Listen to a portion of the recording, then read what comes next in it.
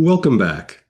In the last episode, we talked about lists and how you can make use of them in your workflow apps. We created a simple list of 5 keywords which represented garage door models. We then used that list to provide the options for a drop-down combo box field. Now, it turns out that lists are essential for good user interface design and overall usability. That is why we need to spend more time on lists. In this episode, we are going to look at multi-column lists, which means that each entry can have more than one piece of information. Consider that once you select the garage door model, certain other pieces of information are automatically determined based on that selection. For example, once the garage door model is known, that decides whether or not it can be operated by a smartphone, or whether it might have a built-in security camera. So in the context of a form, this means that once you select the model, certain other fields can be filled in automatically based on that selection. Now that is a useful feature, as it frees the user from having to look up that information for each model and possibly enter it incorrectly. So in this edition, we'll show you how to create a multi-column list, and in future episodes, we're going to show you how to do even more with lists. Here we are in iPhora App Builder. The Garage Door RFQ app is open and ready for editing. This is the application we've been working on for the last few episodes. Notice over here that one list has already been created. Let's take a quick look at that. As you can see, this is a single column list which has 5 entries in it. And this particular list was created in order to populate the selection list in a drop-down combo box field. We are now going to redo this list completely, but we're going to redo it as a multi-column list. So let's close this version of it. And we'll use the plus icon here to create a new list. Okay, we're going to give this one the name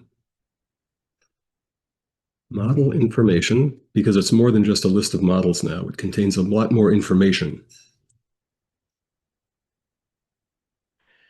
And the list source is going to be the same as last time. It's going to be selection list. So in this case, instead of having a single column, we're going to have 5. So we specify 5 as the number of columns. And now we should specify the headers to make everything just a bit more clear to future users who may have to update this. So we click on it. And for the first one, it's just going to be model name.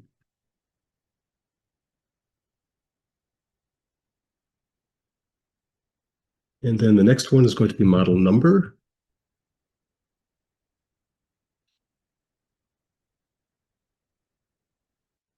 Then after that, description.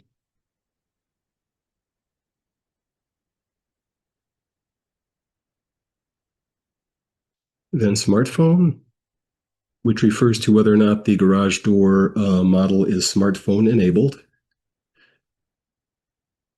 And last, security camera, which determines whether or not that model has a built-in security camera. So we've now specified all 5 columns, and over here we now have to specify a key and a label. For the key, we're going to choose model number, and that means that's the essential piece of information that will be stored in the field. Other things can be displayed as needed in the user interface, but the key thing that's going to be stored is the model number. The label is what the user is going to see when they look at that drop-down selection list. Or if it's a different kind of list, if it's just a list box, the label is what they'll actually see and click on. So for this, we're going to use description. We could use model name, but there's a reason in this case why I want to use description. It's now time to populate the list, and let's go ahead and put in the first entry. So I click on the plus button. The model name is a very simple one. It's going to be basic. The model number is going to be 11001. And for the description, I'm actually going to use a combination of both the name and the number. That way, when the user looks at the list, they'll see the model name and they'll also see the model number. So if they're thinking of this in terms of name, they'll know what to select. If they're thinking in terms of model number, they'll know what to select. It'll help bind the two together in their minds. The basic one, we'll now have to enter whether it's smartphone enabled. This one is not available for that feature because, well, this is a basic model. And the same is true for the security cameras. So I click on the green check mark, and the first entry has been done. I'm now going to put in the other entries, and we'll kind of accelerate things so you don't have to sit through the entire process.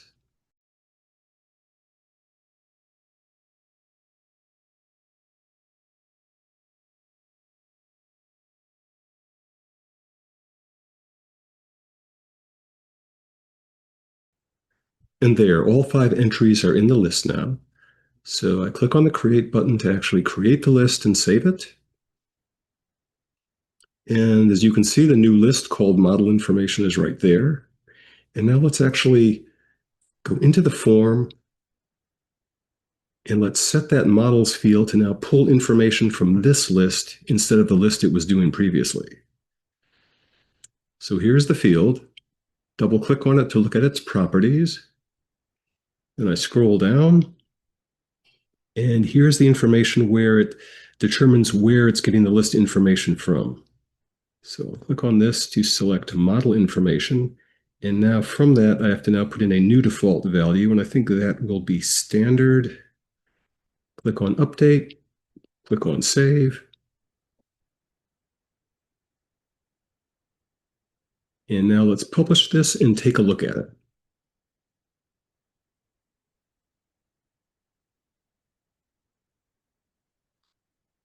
So if I create a new RFQ, let's just jump down to here. We can see the default is now standard 12001, and the full list, which is the description column that we had in the list, is there, and it's very easy for someone to see both the model name and the model number and make their selection. So that concludes this edition, and in the next edition we're going to show you how to make another kind of list, one that actually pulls the information from a completely different source. See you then.